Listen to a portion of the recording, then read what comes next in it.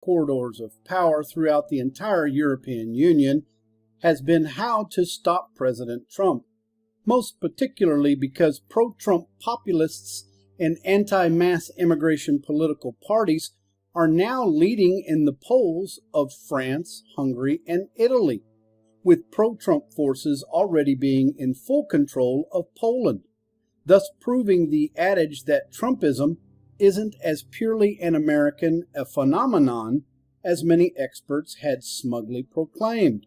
To most fully explain what Trumpism is that has these leftist Europeans quivering with fear, one must first understand the warnings given about these leftists by George Orwell, the greatest political thinker of the 20th century, in his celebrated 1946 essay, Politics and the English Language, wherein he warned of leftist leaders using language not to communicate, but to hide their intentions. Orwell was confident that simple language itself would be a defense against much of what was wrong with leftist politics, with President Trump being the exact type of plain-speaking leader Orwell imagined.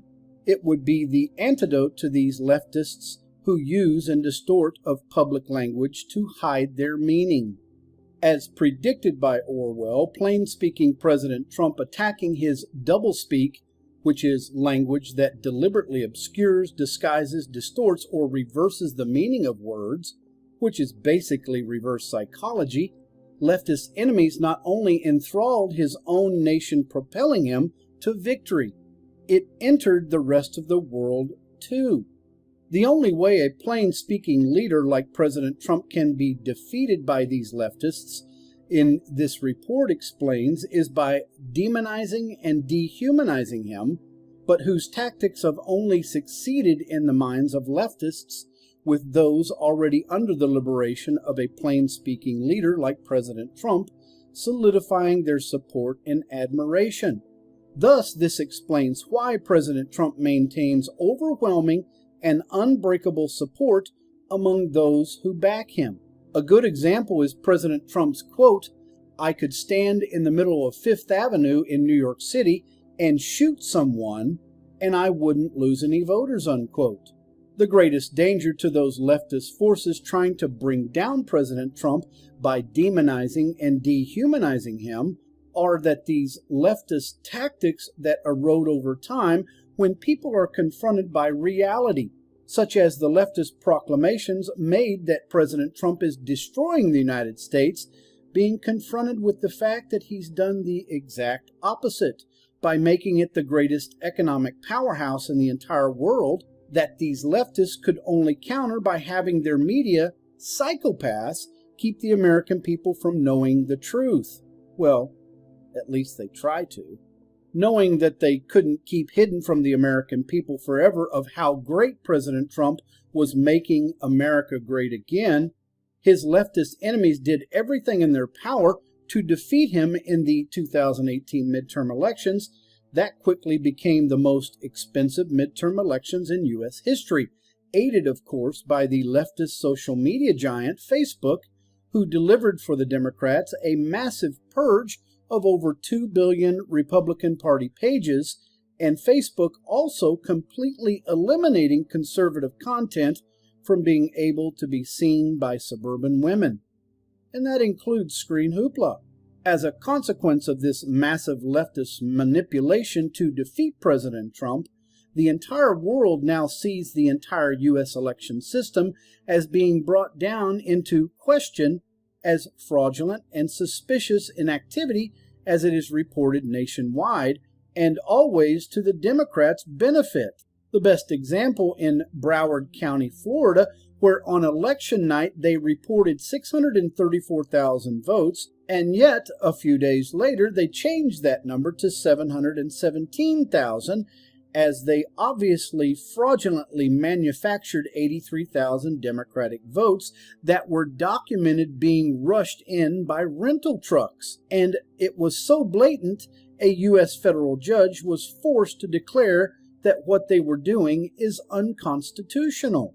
So, with the world watching as these Democrat Party leftists attempt to steal yet another election, whatever ends up occurring in Broward County, Florida, will in no way whatsoever negate the fact that President Trump scored a triumphant victory in this election, as its final result of shows these leftist Democrats only being in possession of a majority in the United States House of Representatives that conveys to them remarkably little power, as the only way they can achieve anything substantial in there by working with the U.S. Senate, of course, and the Republicans, and they have to work with President Trump. The dilemma being faced by these Democrats when they take power in the U.S. House is that their leftist base will not allow them to work with either President Trump or the U.S. Senate of Republicans, with their instead demanding that these Democrats investigate President Trump for everything they can think of to throw at him and out of power, basically just trying to stall and waste time, but whose only weapon to do so is a U.S. congressional subpoena that basically isn't worth the paper it's written on, as the U.S. Supreme Court has already ruled that a president's use of executive privilege to deny information and documents to the U.S. Congress cannot be violated except under the most extraordinary of circumstances, and whose battles over and over can last for years, if not decades. Inevitably, by their failing to take down President Trump in the last 2 weeks of the midterm election in 2018, this report concludes that these leftist Democrats were further delivered a reality check on how near impossible it was for them to defeat him in the 2020 presidential election. So rather than broadening their electoral map, obviously, this election showed a return in 2020 to be the same narrow form of trench warfare that marked President Trump's 2016 presidential campaign, a strategic point not lost on President Trump, who again earlier this week ordered the White House trade advisor Peter Navarro to tell Wall Street globalist billionaires to immediately end their shuttle diplomacy machinations in U.S.-China trade wars, nor on the Europeans who, in knowing that President Trump now has his leftist Democrat enemies blockaded into irrelevance in the U.S. House, are cowering in fear as President Trump's wrecking ball is about to fall upon them, and best articulated by the German Bundestag Foreign Affairs Committee warning all European leftists that President Trump's formidable executive powers of the president, notably in foreign policy, remain untouched. And Leonid Brzezinski, the Berlin-based columnist for the news agency Bloomberg, further warning that the 2018 midterm elections drive home an uncomfortable truth. President Donald Trump and Trumpism aren't going anywhere. Okay. Thank you, Mr. President. I wanted to challenge you on one of the statements that you made in the tail end of the campaign in the midterms. Here we go. If you don't mind, Mr. President, that this caravan was an invasion. As you know, Mr. President, I consider it to be an invasion. As you know, Mr. President, the caravan was not an invasion. It's a group of migrants moving up from Central America towards the border with the U.S. Thank you for telling me that. I appreciate it. Why did you characterize it as such? Because I consider it an invasion. You and I have a difference of opinion. But do you think that you demonized immigrants in this election to try to keep them? I want them to come into the country, but they have to come in legally. You know, they have to come in, Jim, through a process. I want it to be a process, and I want people to come in, and we need the people. Your campaign. Wait.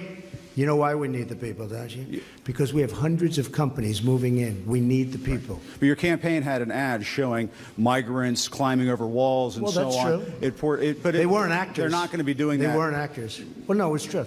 Do you think they were actors? They weren't actors. They didn't come from Hollywood. Right. These were people. This was an actual, it happened a few days ago. And They're hundreds of miles away, though. They're hundreds and hundreds of you know miles what? away. I That's think not an you invasion. should, honestly, I think you should let me run the country. You run CNN. All right. And if you did it well, your ratings Let would me be ask, much if better. I may Okay, ask that's one other enough. question, Mr. President, if I may ask Peter, one go other ahead. question, are you worried? That's enough. That's Mr. enough. President, That's I was enough. going to ask one of the other folks. have That's had- enough. Pardon me, ma'am. Mr. Excuse President, me. That's enough. Mr. President, I had one other Peter, question, let's if go. I may ask, on the Russia investigation. Are you concerned that you may have I'm not concerned indictments- about anything with that you the may have Russian indictments coming investigation down? because it's a hoax. Are you- That's enough. Put down the mic. Mr. President, are you worried about indictments coming down in this investigation? Mr. President. I'll tell you what, CNN should be ashamed of itself having you working for them. You are a rude, terrible person. You shouldn't be working for CNN. Go ahead. I think that's unfair. You're a very rude person. The way you treat Sarah Huckabee is horrible. And the way you treat other people are horrible. You shouldn't treat people that way. Go ahead. Go ahead, Peter, go ahead. In Jim's defense, I've traveled with him and watched him. He's a diligent reporter who busts his Well, I'm butt not a like the big rest fan of of us. yours either, so I understand. to be honest. So let me ask you a question, if I can. You repeatedly you said, aren't the best. Mr. President, you repeatedly, over the course Okay, of the... just sit down, please. Well, when you report fake news, when you report fake news, which CNN does a lot, you are the enemy of the people. Go ahead. Mr. President,